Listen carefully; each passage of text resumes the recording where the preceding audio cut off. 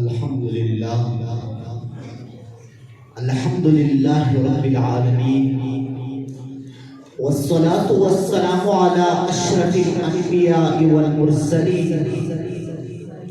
اما بعد فاعوذ باللہ من الشیطان الرجیم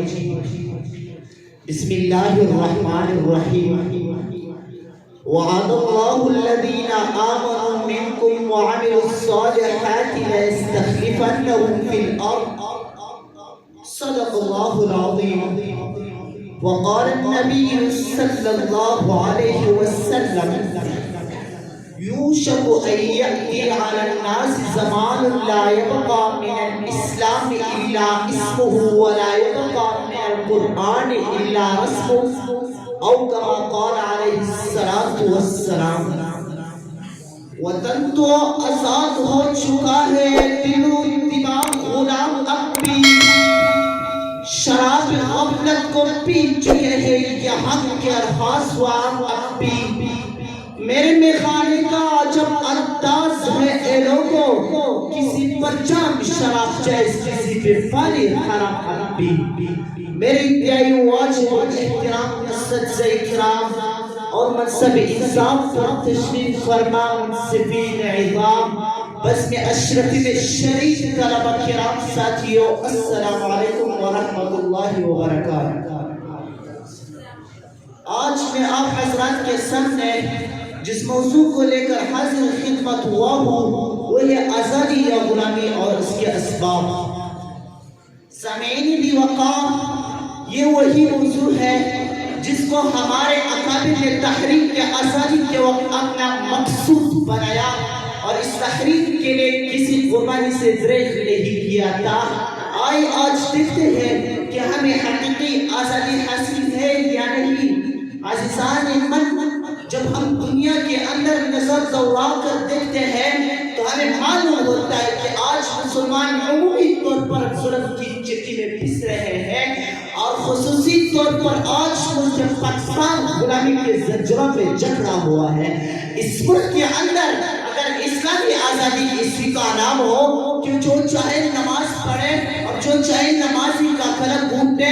جو چاہے نبوت کا دعوت کرے، جو چاہے صحابہ کرام کے خلاف سوال درازی کرے، اگر اسلامی آزادی اسی کا نام ہو کہ علماء کے تقدس کو پامال کیا جا رہا ہو، اگر اسلامی آزادی اسی کا نام ہو کہ جہاد پر جانے والوں کا رستہ روک کر ان کے قتل کی سازشیں کی جا رہی ہو، اگر اسلامی آزادی اسی کا نام ہو کہ وہ اعدوا لهم ما استطعتم پر عمل کرنے والوں کو دہشت گردی کا نشانہ بنایا جائے اور کو دہشت گرد کہا جائے تو میں اس آزادی پر کل بھی لعنت بھیجتا تھا، آج بھی لعنت بھیجتا ہوں۔ اسلام اگر منصور نہیں، قرآن اگر دستور نہیں، بلعنت اس آزادی پر یہ ملک کو عشق کچھ بھی نہیں۔ صاحبان محفل ہمیں آزادی چاہیے، رب کی کلمہ کی آزادی، ہمیں آزادی چاہیے قرآن کے تقدس کی آزادی، ہمیں آزادی چاہیے دین کی پرستی کی آزادی، ہمیں آزادی چاہیے سپریم کورٹ سے لے کر عدالت تک رب کا قانون ہو، نبی صلی اللہ علیہ وسلم کا دستور ہو، صحابہ کا نظام ہو، ایک طرف مدارس کے خلاف عملیاں جاری کیے جا رہی ہو، دوسرے طرف کراچی کے اندر مدینہ مسجد اور المدہ مسجد گرائی جا رہی ہو اور علماء کرام مفتیان کو شہید کیا جا رہا ہو، ایک طرف ریاست مدینہ کی باتیں ہو، دوسرے طرف قادیانوں کو کلیدی عیدوں پر لانے کے بعد کا قانون ہو، ایک طرف تحفظ سے خلف میں نبوت کے باتیں ہو، دوسرے طرف مساجد و مدارس کے بند کرنے کے قانون بنایا جا رہا ہو۔ اگر اسلامی آزادی یہی ہے تو تقدس بنانے والوں ایمان حضرات منصفین اعظام نوجوانوں میرے رفیقوں خاک نشینوں کان کھول کر سنو، اگر آزادی اسی کا نام ہے تو میں آزادی کو جوتوں کی نم کر رہا ہوں۔ سامعین مکرم